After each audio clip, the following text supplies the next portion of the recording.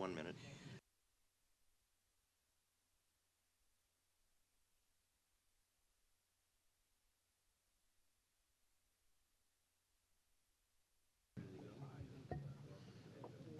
I would like to call the committee meetings to order. Happy New Year to everyone.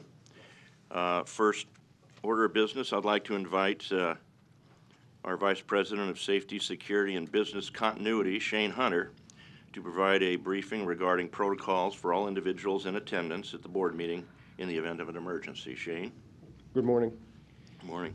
We're located in the Legislative Chamber at 1819 Farnham Street on the second floor, which is known in this building as the LC level. Normal exit from the building will be through the way we came in, but there are two emergency exits, one located behind the accordion panel over here, where there's also a fire extinguisher. The other emergency exit is over behind this accordion panel, where there's a fire extinguisher as well as an AED, the only AED for this room. Show of hands of who in the room is CPR trained and AED trained. Thank you. If a medical emergency were to arise, 911 will be contacted by Zachary Valentine from the security kiosk at the bottom of the stairs. If we do need to evacuate this space during the meeting, we prefer to use this emergency exit. Once we get outside, which is one floor below, we can meet at the flagpoles where we conduct accountability. That concludes the briefing. Thank you. Roll call, please. Friend? Here. Frost? Here. McGowan? Here. Howard? Here. Kavanaugh? Here. Bagley? Here. Cook? I would like to advise those in attendance a copy of the Open Meetings Act is available on the wall of the Legislative Chamber, and please remember to silence your phones. I would also like to announce that this meeting is being broadcast live. At this time, Dave DeBoer for CNO. So good morning and Happy New Year. Here we go, 2020. This month, January, we've got a pretty big month. We got 17 expenditures this month. We've got 6 associated with annual authorizations and expenditures. And we've got another 6 items on system improvements and 5 items on building plants and equipment. I will take a little time and walk through these annual authorizations. They are significant, so I wanted to touch base on each of those. The first annual expense is for $1 million. It's our cross-bores program. This is an ongoing program to inspect the sanitary sewer laterals such that they're not penetrated by a gas service. This effort started about 9 years ago, and the initial inspection program is now complete. However, this expense and the inspections will continue as we replace our gas infrastructure. This last year, we completed over 5,000 inspections with 62 crossbores that were cleared and removed. So it's a needed expenditure and something that will continue going forward. The second annual expenditure is for $12.7 million. It's for the installation of new gas services and the replacement of leaky services. In 2020, we plan to replace 184 leaking services, reconnect 3,900 infrastructure replacement gas services, and install over 1,600 new gas services. So not only are we growing as a company, we're also replacing as a company, another pretty significant expenditure. The third annual expenditure is for $1.9 million to install new gas meters, regulators, and replacement meters that are part of our meter change-out program. This pricing includes all the field service labor. It includes the meters and all the meter reading devices. The fourth annual expenditure at the bottom of page 1 is for $5.4 million for the reconnection and replacement of water services associated with main relocation and water infrastructure replacement. We plan to reconnect 1,000 water services and replace about 250 services. So that's all part of the ramp up in our water main extension, the water service reconnect number. That with the water mains will continue to go forward in future years. Moving to the top of page 2, infrastructure replacement. This is for $12.4 million for the replacement of 40 miles of cast iron gas mains. District crews will be working on about 15 miles and contracted crews will be working on 25 miles. Some of these miles will be standalone infrastructure replacement projects and other miles will be part of relocation. The last annual authorization is kind of item 2 under infrastructure replacement. It's for $19.9 million for the installation or rehabilitation. That's another word we're introducing. So not only are we replacing and abandoning miles of our water infrastructure, we're also rehabilitating them. But for 2020, our goal is 9. But in anticipation of hitting 15 miles next year, we're ramping up to 13 miles this year. So all of Joe's budgeting and all of our design efforts going to be for 13 miles next year as we start to target that 15 miles in 2021. On Joe? I'm putting the money part on Joe. Oh, okay. Engineering will be happy to take on the design part, but Joe's got to make sure it all comes together on the dollar side. Yeah. Okay. Yeah, about 5 to 6 miles is planned for the replacement by district crews, with the remaining being accomplished by contracted crews. I would like to highlight just 2 items as part of building plants and equipment. This first picture here.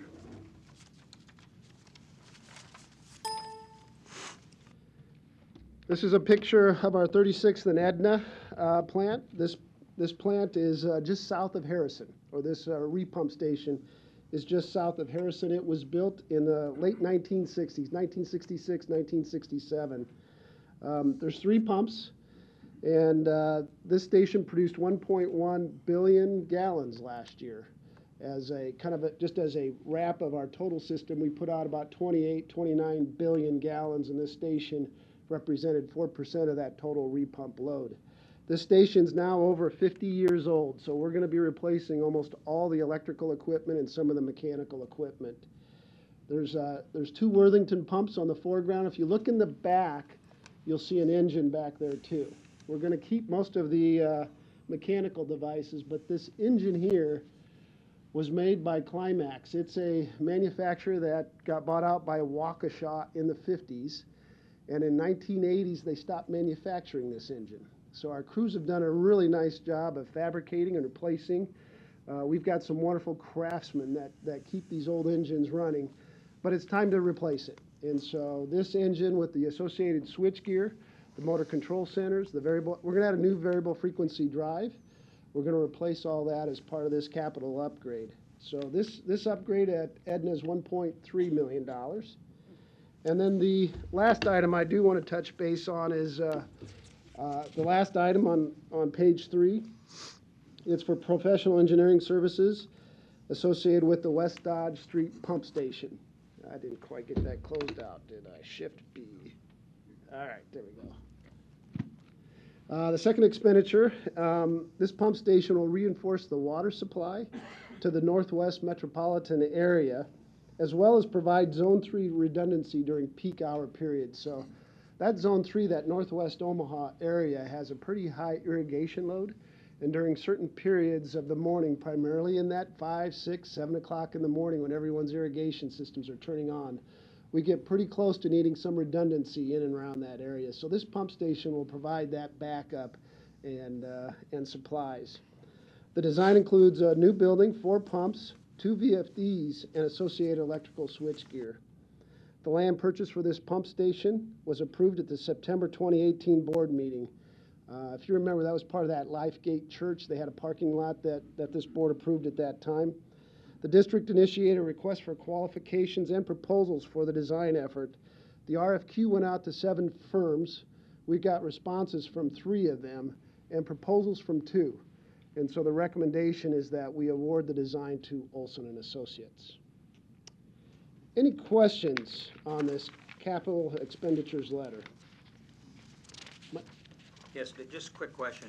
The pump station, we're going to do the design in 2020. Correct. Is there a timeline for construction? Have we gotten there yet, or Yeah. do we know? So the 156th Street pump station is the one you're talking about, or the Edna? 156. 156. So yeah, the approach is to do the design for this year, and then depending how that design goes and bids go out, we'd like to start construction even the next year. Okay. So 2021 would be ideal. Okay, and then one last question to Joe. All these capital projects and all this money in our capital budget? You know, I'll say for the most part, yes. And the reason I'm answering that way, Mike, is you get more current information. You get the ability to better define what's going on. So yes, with the exception of about $1 million to $1.2 million on the water side, the budget's a little short by about $1.2 million. we believe we have the ability to make that up by perhaps deferring something. Because there's a lot of annual expenses There are. here, more than usual, I think, but I Yes. just want to make sure that in the budget planning, it was all taken in consideration as best as possible. As it certainly was. Thank you. Yeah, the total amount of these annual authorizations was right around 52 million, with these other projects included 59 million. And if you remember Joe's cash flow chart, the budget that this board approved, those expenditures going down on the gas and water side, if you pull out the debt service, was right around $123 million. So this one letter, you're right, Director McGowan, this one letter represents almost half. So we're asking for about half of that total budget right out of the gate as we prepare for next year. Thank you. Two quick questions for you. You bet. These are more formatting. You bet. Just as Corey's done with the main extensions presentation, going forward, would it be possible to identify which sub-districts the system improvements are taking place in? Yeah, we could put together a little map and kind of identify where some of those projects are. Great. And then secondly, to dovetail Mike's point, would it also be possible for system improvements and the building plants and equipment going forward to provide a conservative estimate as to when the timeline for completion with those would be? And I understand that might be difficult, but if at all possible, to provide a timeline for those items, that would be For the pump appreciated. stations? Well, for Or just in- system improvements or anything happening with our buildings and plants, any capital work being done. Right, So exactly. a completed schedule. And I know that might so much a not be easy to do. If at all possible, that would be greatly So probably appreciated. what we'll do is we'll probably add like a sentence about when construction should occur, or something like that. That'd be great. Yeah, no Thank you, problem. Dave. Appreciate that. Any other items on the capital expenditures letter? All right, let's move into acceptance of contracts and payments of final estimates. We had, the finals all look pretty good this month. We had one item that I would like to highlight. It's on the bottom of page 2. It's the McGill restoration and rehabilitation of Basin 1 at Florence Water Treatment Plant. This project had a substantial increase in unit quantities related to concrete spalling. And what happens is water gets behind the concrete and it starts to peel and flake away some of that concrete, those unit quantities, and the replacement of shotcrete. So when we go in and rehab that basin, we put shotcrete on the walls. Those unit quantities associated with the shotcrete and associated spalling were considerably higher than what we anticipated. All part of the unit quantities, but considerably higher than what we anticipated. So that added about $450,000 to that particular contract. And that's all I had on acceptance of contracts and payments of final estimates. John Zellers, please. Tab 8. Good morning, Happy New Year. I'm John Zellers, Director of Purchasing. Bids on materials and contractors can be found on tab 8. There's just one item I'd like to discuss this morning, and it may be found at the top of page 3. We received bids for the 36th and Edna Pump Station project that Mr. DeBoer spoke about. Though several bidders were directly contacted and we held 2 pre-bid meetings to provide project overview and answer questions, only 1 bid was received. This project is approximately 70 to 75% electrical work. The board may recall that we have recently discussed the tight market for electrical contractors in the Omaha area due to multiple large data centers projects and other local projects. Due to the equipment nearing its useful life, challenges in maintaining the equipment, and continual challenges in procuring replacement parts, for the project, we recommend that we move forward with the project and accept the bid that was submitted by Commonwealth Electrical Company. That's all I have for you this morning, but would be happy to answer any questions. All right, thank you. Thank you.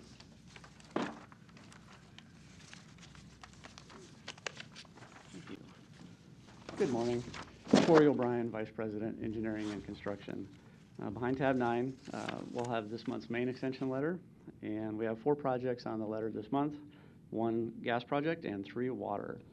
The impact of the gas main extension is 258 single residence lots. The impact of the water projects this month is 60 single residence lots and 2 commercial lots.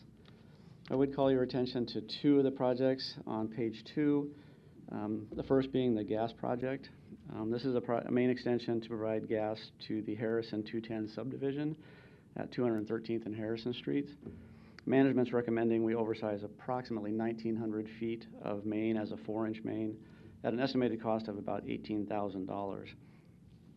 The second project is water project number 3.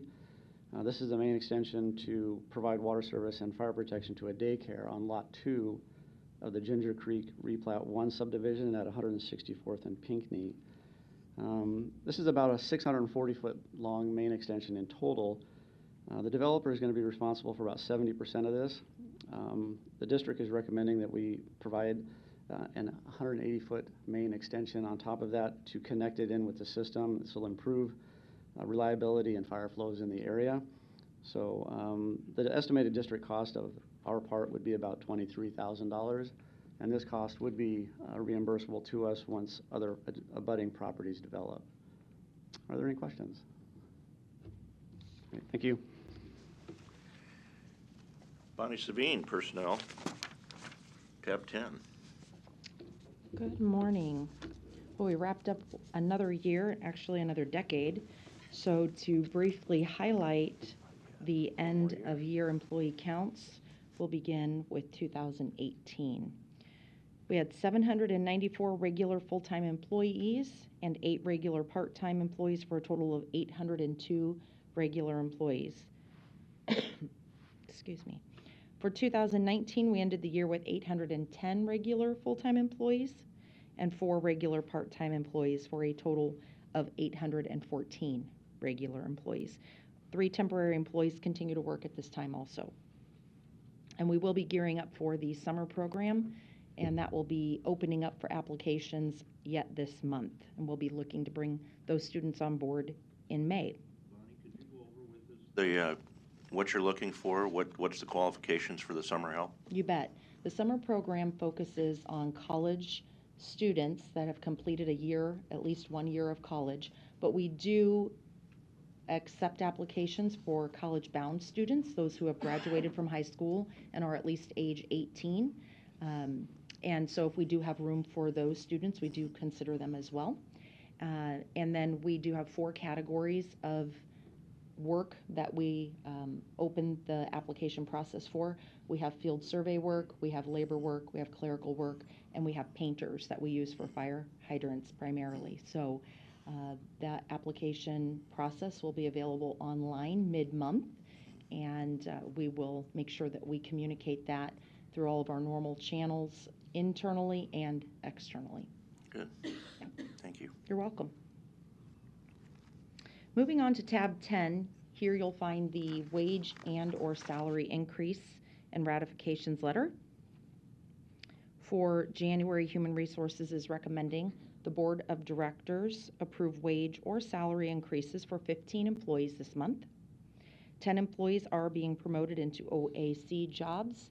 Of those, 9 are for posted promotions and 1 is for a natural progression. 5 employees are being promoted in SPA jobs as well. The last section on the letter summarizes a request to ratify new hire salaries for 2 additional SPA employees hired in December within the established job grades. Any questions on tab 10? Mike? Just a quick question. How's our staffing doing in customer service, the vacancies that we've talked about over the last several months? Sure. Specifically regarding those vacancies, we have 7 new customer service clerks that will be starting on Monday. 1 internally transferred over this week and will begin their training on Monday, and the other 6 are external hires. Good, thank you. How many vacancies do we have still? That should fill all of our All of them? vacancies Good currently, job. unless we have any internal movement within the Yeah. next month. Well, good job, thank you. Yep, you're welcome. Bonnie, how hard was the district hit with the flu sickness? That is a good question. So we did have a couple of groups that had some positive influenza A or B diagnoses. Those employees, of course, were off work per their doctor's orders and with the assistance of our occupational clinic WorkFit. And so we did ask and work with Ron Schell's group with facilities maintenance to have those work areas disinfected during the normal course of the cleaning during that week that we had the uptick of diagnoses. Other than that, we are not aware of anybody who, or any continued, I guess, concern. Oh, good. Thank you. Bonnie, a part of that, probably why it wasn't worse, was the health fair in October. And I really want to thank you for organizing that and setting you it bet. up. I was there and I saw people getting the shot, which was I really know. good. Yes, we had record attendance this year, almost 550 people attended. I would say, though, we're not out of the woods yet. Certainly, peak flu season can go all the way through February. So we'll continue to communicate and advocate. I know that, again, facilities has done a review of hand sanitizing stations around the district, and they added one for us in HR. And so, Good. yeah, it's great. But those things are at the front of our minds. Okay, as well. great. Thank you. You're welcome. Tab 11, if we can move there, the district's collective bargaining agreement with the IBEW 1521 includes language that an annual wage reclassification will be conducted. The 2019 wage reopener process is now concluded. The reopener committee held 12 meetings with 18 employees reviewing 11 jobs. The committee is recommending adjustments to 2 jobs affecting wages for 12 employees. The recommendations are outlined in the letter behind tab 11 and include the following jobs. Administrative Clerk 3 from the Meter Services Division, that was previously titled Measurement, and Communications Clerk 2 in the Dispatch Division under Safety and Security. I'd like to recognize Terry Kroll, Tom Todd, Gary Troutman, and Ann Bozen for their efforts in leading the process this year, as well as all of those who participated. It was a timely process this year, so thanks to them as well. Are there any questions on that? Process, a year-long process for these wage reopeners? I mean, you come to us once a year Right. for the whole year? That's correct. It actually opens in July, and meetings begin sometime between August, September. I think this year we had some meetings in October. So we try to use the committee's schedule and the employees and the supervisors' schedules because they are all invited to the meetings. And then there is considerable review and follow-up that occurs after the initial employee meetings. And so we like to see those wrapped up in either December or January. So Can union or management recommend a review of a particular job, or does it all come from union representatives, or what? yes, for the reopener process that happens, that is actually employee initiated. They utilize the request form and route that through their supervisors, so their supervisors are involved in the process. If a supervisor feels that a job has changed or has had considerable or significant material changes, then it's upon them to contact supervisors in their chain, HR, revise a job description, and have a discussion at that point to reclassify the job if needed. Okay, Yeah. thank you. You're welcome. Thank you. Other questions? Okay, thank you. Are there any members of the public who would like to address the board right now, whether it's on the agenda or not?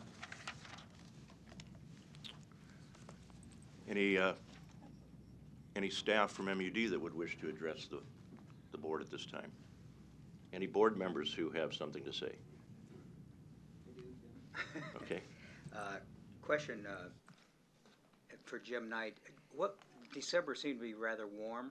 How much warmer than normal? Do you have any statistics on it?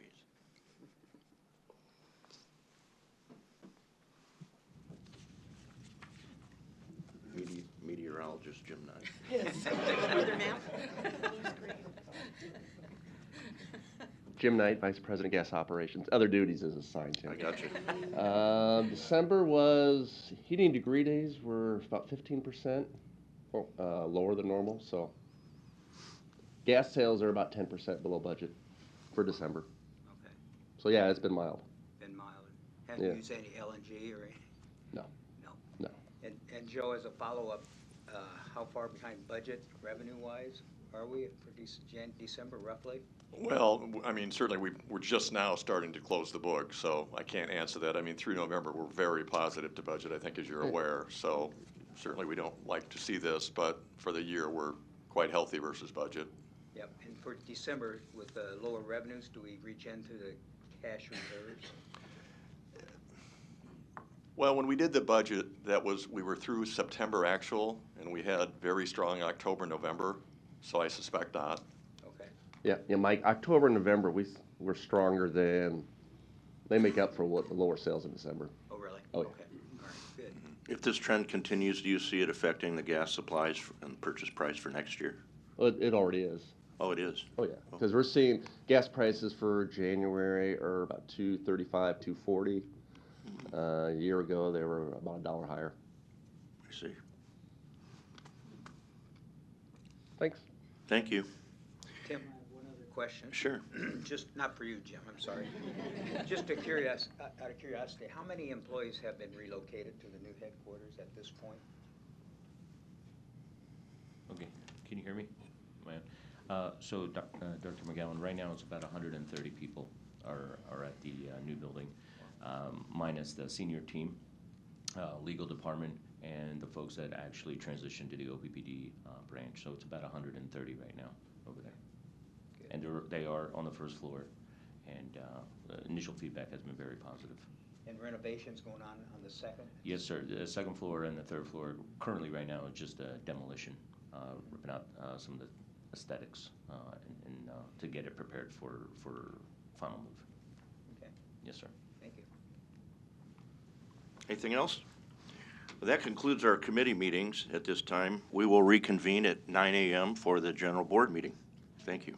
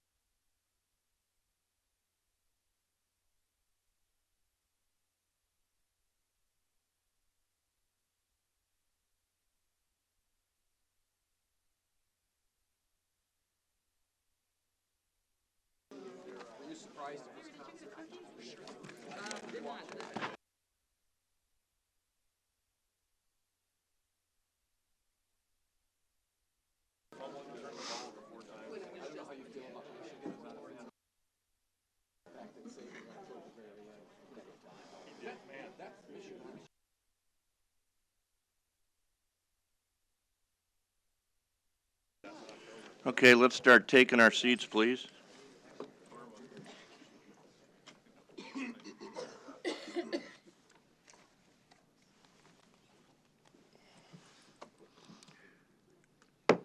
I'd like to call the meeting to order. Roll call, please. Friend? Here. Frost? McGowan? Here. Howard? Here. Kavanaugh? Here. Bagley? Here. Cook? I would like to advise those in attendance that a copy of the Open Meetings Act is available on the wall of the legislature. I also would like to remind those in attendance this meeting is being broadcast live. And for now, for those who wish to participate, we will recite the Pledge of Allegiance. I pledge allegiance to the flag of the United States of America and to the republic for which it stands, one nation, under God, indivisible, with liberty and justice for all.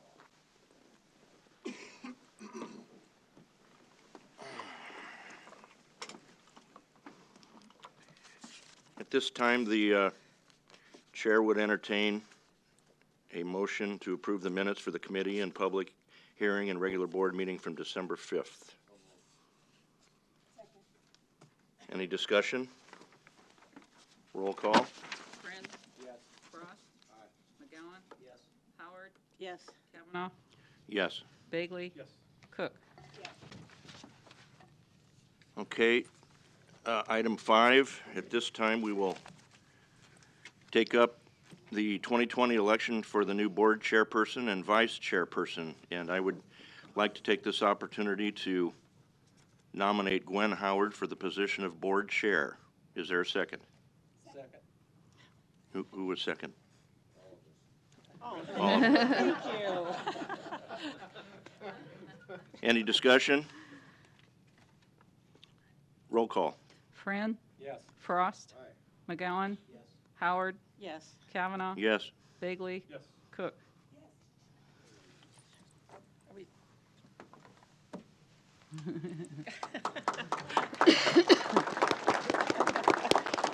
Thank you. Let it be done.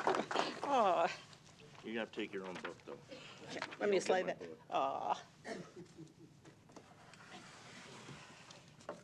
my coffee. oh, well, is there anything else? My glasses. Oh, your glasses and the My washer and dryer. keys to the house. And at this time, I would like to nominate Tanya Cook for the vice chairperson seat. Do I hear a second? Thank you. Discussion. Roll. Roll call. Friend? Yes. Frost? McGowan? Howard? Yes. Kavanaugh? Yes. Bagley? Yes. Cook?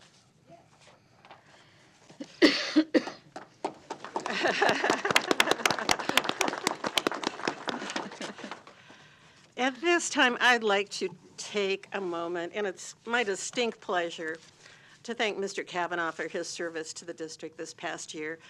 As chair of the MUD Board of Directors, and I'm more than pleased to present him with this plaque honoring his service. He's been an outstanding leader and certainly a good example for me to follow. Thank you.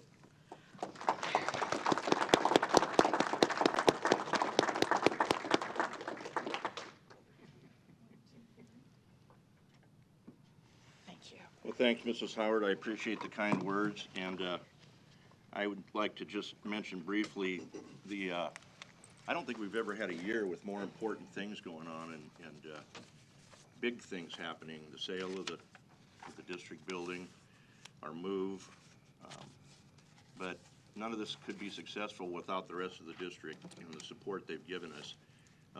You guys thank the board quite a bit for our support. It's your support that really makes this place go. So I want to thank you all for helping. The way you deal with customer issues is remarkable, and I'm very happy with every one of you. Thank you. Thank you, Jim. Thank you. On to agenda item number 6, capital expenditures. Do I have a motion? Who's, Director Frost? Fine.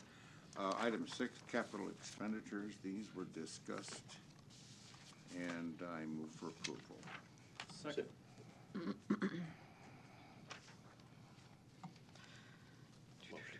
Let's have a, thank you for the motion. We have a motion and a second. Do we have any discussion on this matter? No, I hear none. Do you want to take the roll call, please? Friend? Oh, thank you. Friend? Yes. Frost? Aye. McGowan? Yes. Howard? Yes. Kavanaugh? Yes. Bagley? Yes. Cook? Agenda item number 7. Could I, Contracts and payment of final estimates discussed and move for approval. thank you. Do we have a second? Second. Thank you. We have a motion and we have a second. Could we have any discussion? Could we have roll call? Friend? Yes. Frost? Aye. McGowan? Yes. Howard? Yes. Kavanaugh? Yes. Bagley? Yes. Cook? Moving on to item number 8, bids on contracts and materials. Move for approval. Thank you. Do we have a second on that? Second. Thank you. Any discussion? All right, we'll move on to roll call. Friend? Yes. Frost? Aye. McGowan? Yes. Howard? Yes. Kavanaugh? Yes. Bagley? Yes. Cook? Agenda item number 9, and this will be main extensions. And Director Friend, could you handle that, please? Main extensions discussed in committee. I move approval as outlined in the memo from Mr. O'Brien to the committee dated December 23rd. Second. Thank you. Do we have any discussion? Seeing none, could we move on to roll call? Friend? Yes. Frost? McGowan? Howard? Yes. Kavanaugh? Yes. Bagley? Yes. Cook? And item number 10, wage and salary increases and ratifications. And is there a motion? Thanks, Madam Chair. I move that we approve the wage and salary increases and ratifications as outlined in the December 23rd memo from Ms. Savine and as discussed in committee. Thank you. Is there a second? Second. Thank you. Any discussion? Very quiet. All right, roll call, please. Friend? Yes. Frost? Aye. McGowan? Howard? Yes. Kavanaugh? Yes. Bagley? Yes. Cook? And for item 11, I move that we approve the 2019 wage reopener recommendations as outlined in the December 23rd memo from Ms. Savine and discussed in committee. Second. Thank you. Any discussion? Roll call, please. Friend? Yes. Frost? Aye. McGowan? Howard? Yes. Kavanaugh? Yes. Bagley? Yes. Cook? Agenda item number 12, the appointment of committees. The board members have been appraised of the 2020 committee assignments, and copies have been distributed to each board member today. It's not necessary to have a vote on this. If anyone has any comments, this is the time to say them. You good? Good. Agenda item number 13, other matters of business for discussion.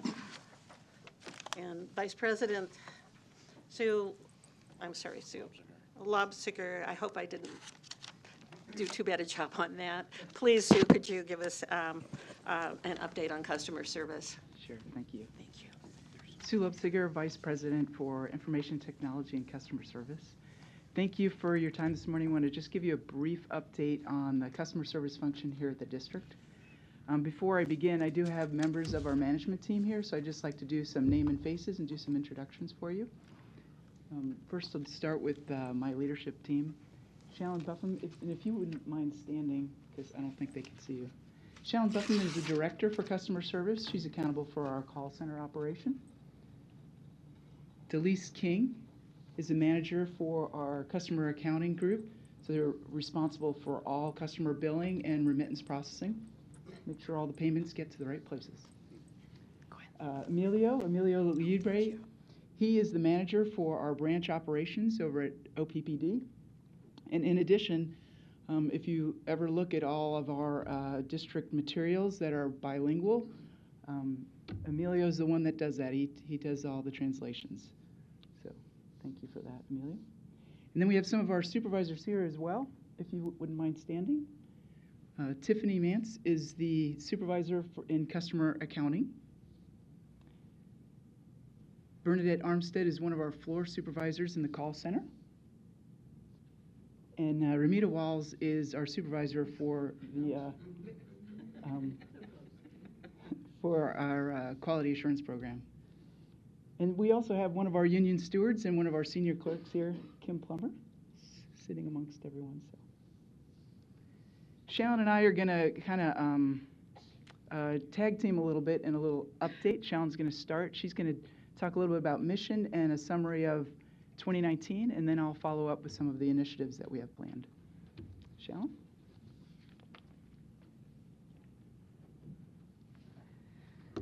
Good morning. Again, I'm Shalyn Buffum, and I am the Director of our Customer Service Division. And today I'd like to give you a brief update on some of the initiatives that we worked on in 2019, and then I'll turn it over to Sue, and she'll talk about some of our future initiatives. But first, what I'd like to do is just really highlight what our mission statement is for customer service, and that is to deliver superior customer service through accurate, timely, and respectful interactions to our community. And what this is really saying is this is what we want our interactions with the customers to look like anytime that they have dealings with the customer service division. Each of the initiatives that we've been working on and that we will continue to work on ultimately lead back to this mission statement. So some of the initiatives we worked on in 2019 are surrounded around the organizational and leadership changes, such as the forming of a partnership at OPPD, and we successfully moved staff over there to what we now call the branch. The feedback I've received from customers has been very positive, and they certainly appreciate that we still have a continued downtown presence. We also brought Sue and I on as the new VP and Director of Customer Service. As well, we brought on a dedicated scheduling and analytics supervisor. And what this person does is really focuses on analyzing some of our call center data, looking at some of the trends for the call center, forecasting, and also streamlining our schedules. And that's just really to make sure that we have adequate coverage in the call center at all times. Okay, so we also introduced some simplified productivity metrics. And what this does is really give the agents a clear focus on how they're handling the customer calls and really understanding what metrics we want them to meet in the call center. I will say with the productivity metrics, as well as with any other change, we did work extensively with the union on this.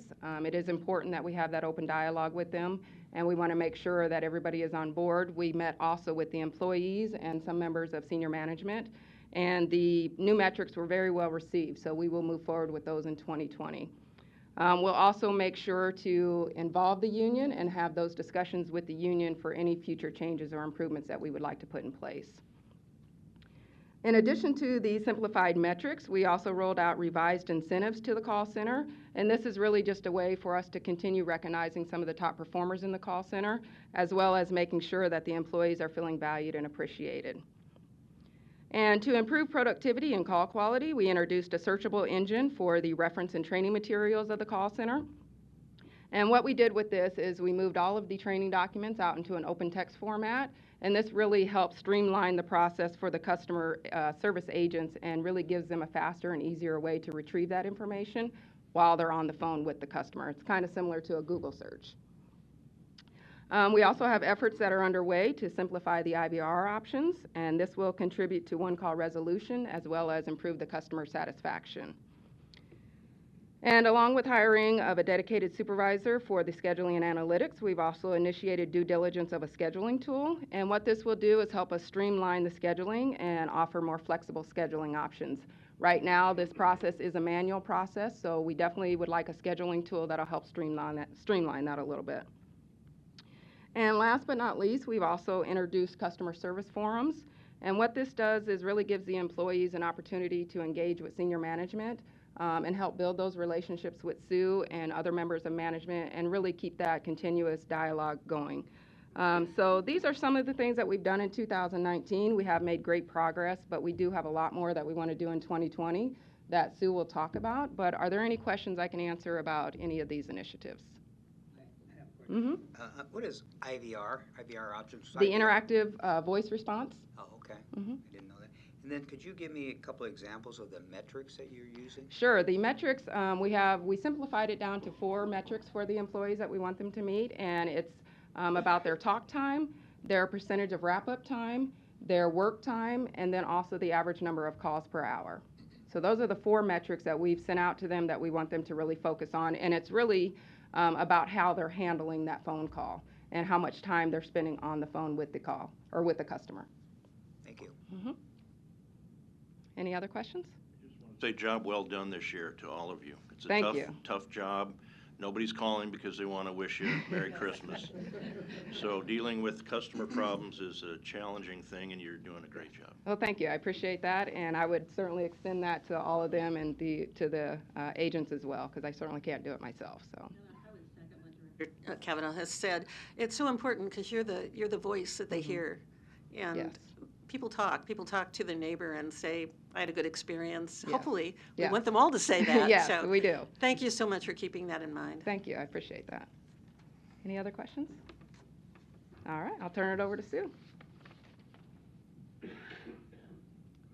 So I'll start with an apology to Jeremy Bach because I skipped right over him as I was doing introductions.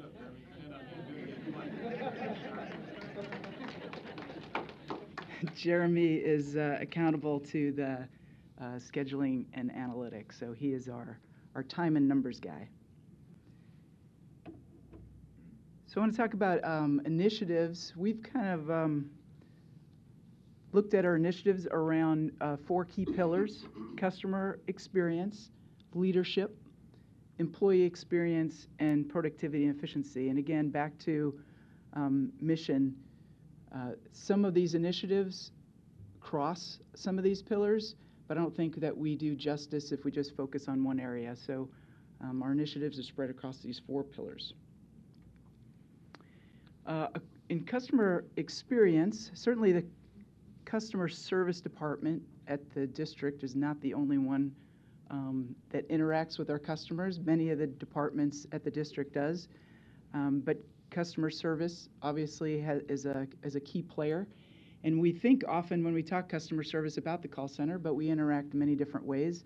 So Shannon already kind of teed up this idea of simplifying the options in the IVR when you call in, so it's a simpler experience. We're also looking at enhancing some of our self-service options for the customers on the website. And this past year, as we introduced text ahead for our service orders, our customers have the option of doing a survey after that. We want to take a similar survey and apply it to the call center. So at the conclusion of a call, customers have the option to provide some feedback through a survey. We are also working with Stephanie Mueller's group in corporate communication, and we've started a discussion about how we can introduce the concept of customer preferences, so customers can tell us how they want to be interacted with, depending upon what the nature of the topic is, whether it be email or phone call or mail. We've had some discussions about expanding the call center hours.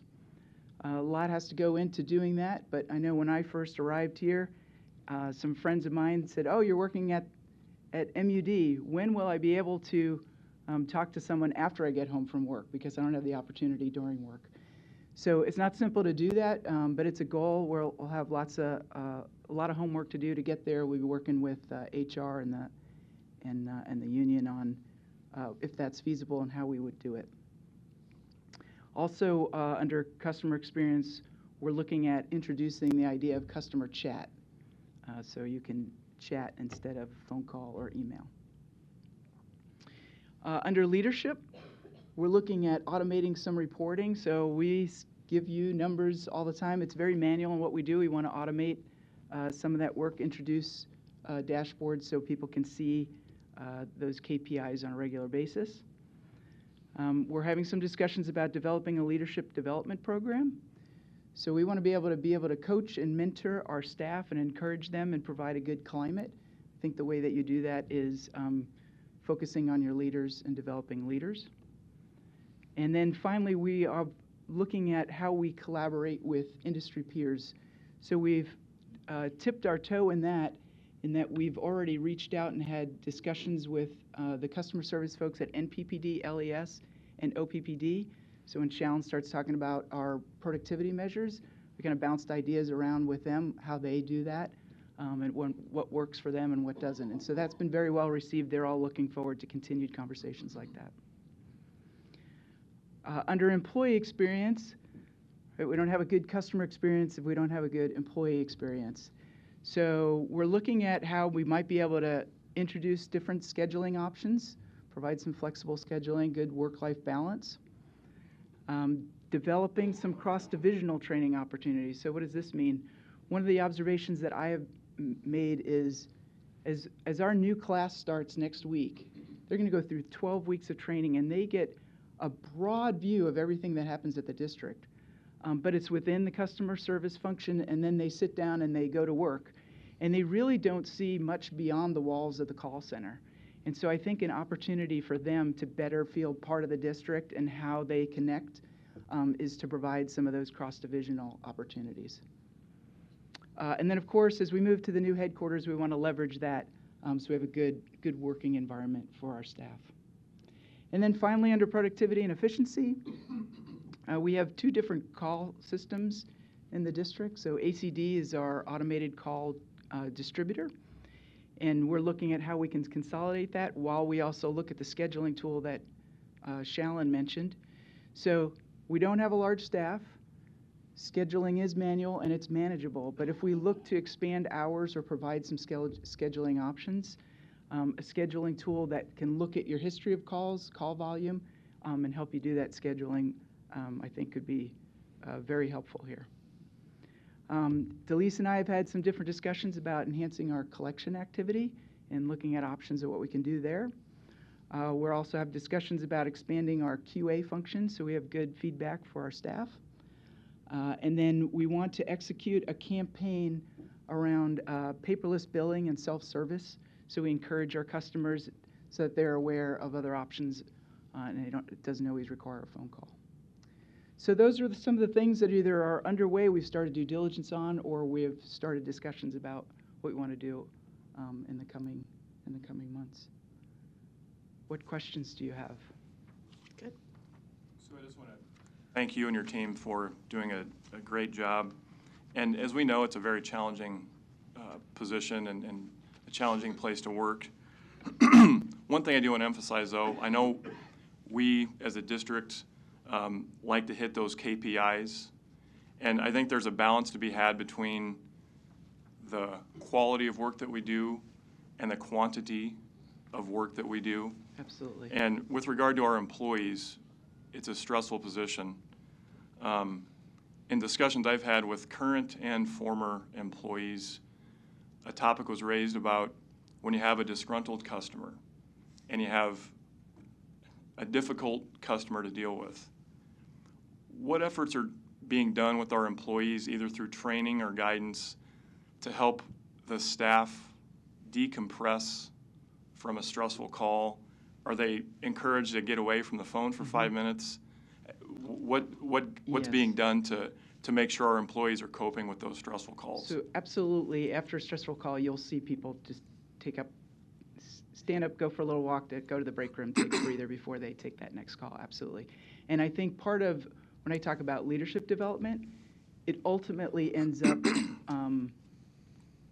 focused on the employee, right? So how can I make sure that our supervisors on the floor are well-equipped to coach and mentor and help those employees?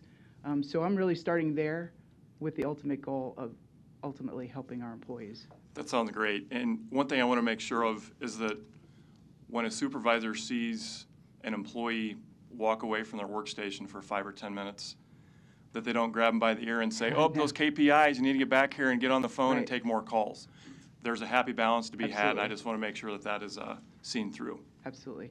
I actually think that some of the KPIs that we've moved to actually promote and help that a little better than before as well. So great, thank you. No, that is such a good point. Thank you for bringing that up. And thank you for the good job you do. You're a very supportive individual, and I'm sure the employees appreciate that. Thank you. So, thank you. President Doyle, please take the floor. Good morning, Mark Doyle, President. Happy 2020 to you all. And Mr. Kavanaugh, thank you for your comments. Happy 2020 to you all. I love the new format because I can truly say they're watching my back. And with the kind of things that we're getting after, I need people to watch my back, so I appreciate it. And it's really nice to have the full CSR management team the engagement that we're seeing, the things that have gone on this year. I'm trying not to take too much of your time, but I don't want Ms. Howard to have the shortest meeting of the year in January. So a few moments of your time, I appreciate it. Absolutely, absolutely. One of the things that I'll talk about quick, because I see Emilio here, is the ability to move forward and have a downtown presence amidst everything we're doing has been nothing short of stellar.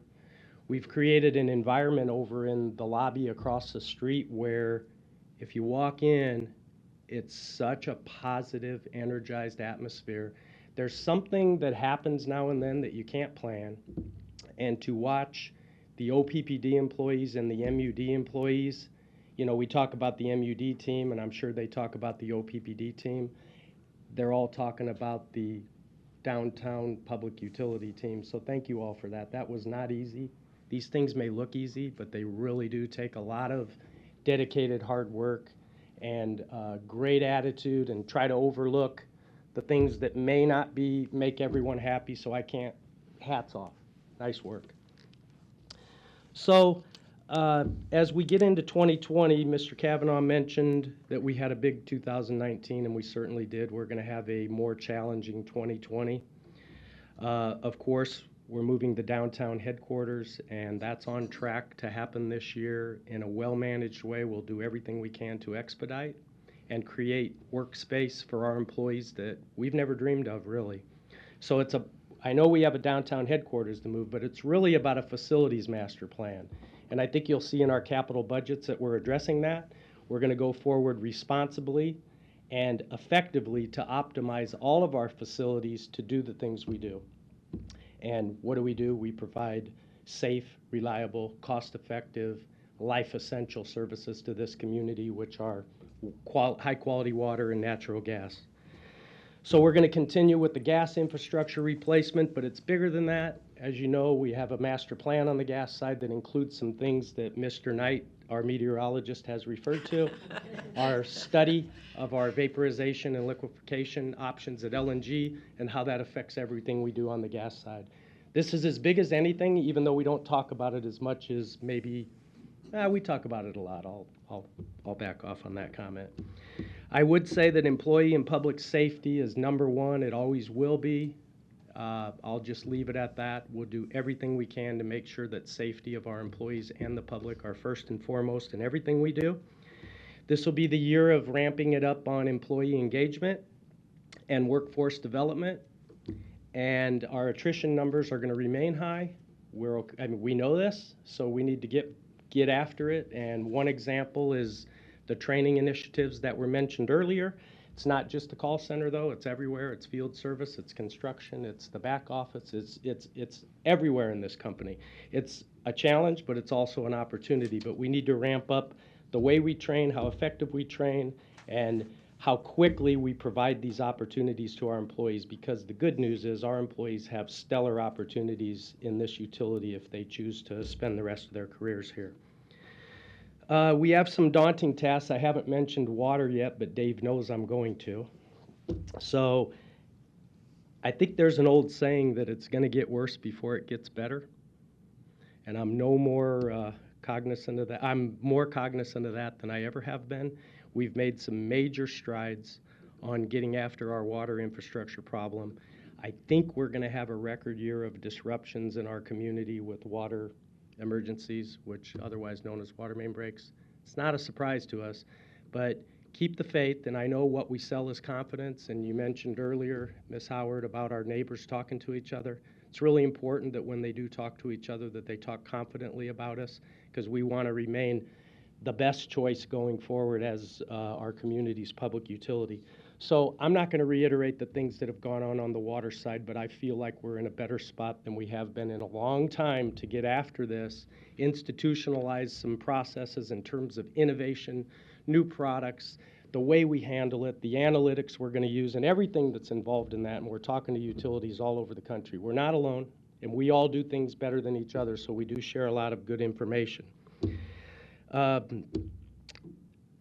And I do want to add on, we have thousands of interactions, not just in the call center, every year. Our field service folks, our construction folks, we have people in the community every day, and I would say those interactions are stellar, and it's the reason that our public stands by us even in the face of things that don't always go right. We sell confidence.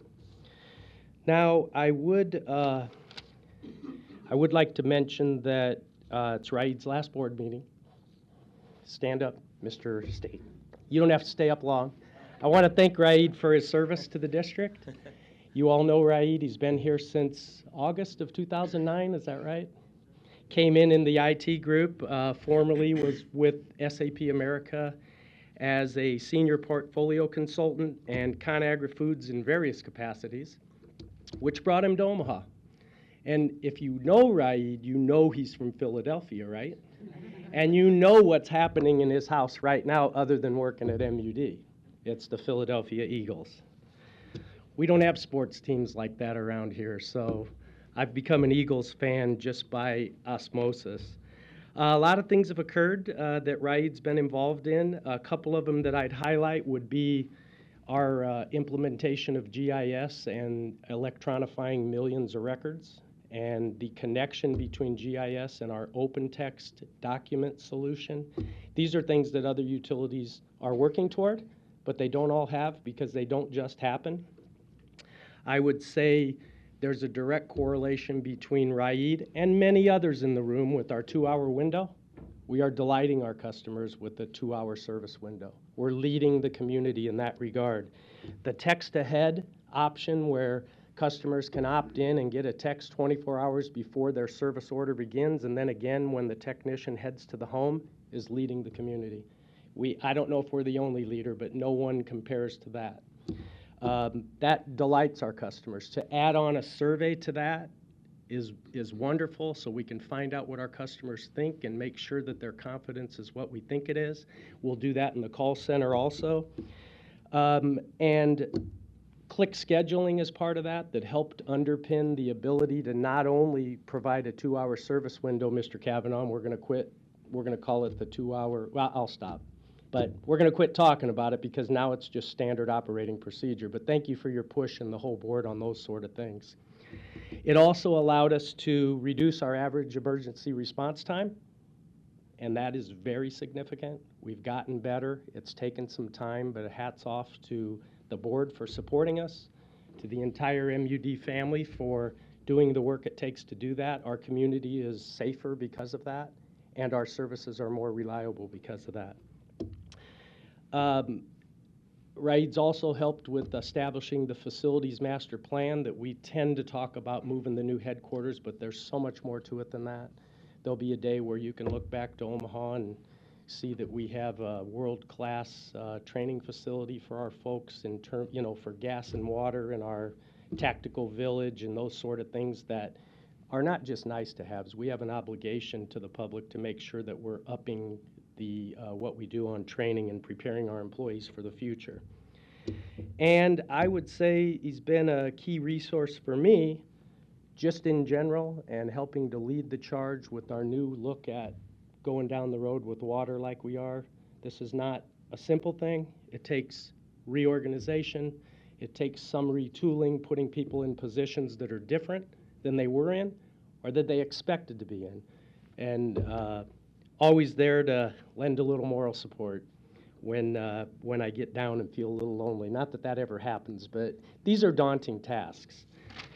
We're going to get after this water infrastructure plan like never before, and there will come a day we'll reduce the emergencies, but more importantly, we need to stem the tide and level it off. You've all seen the graph. So I wanted to say thanks to Raid for his service and good luck in the future. Bring some nice things to another lucky gas utility and make the country a safer place. So I'd like to give him a hand.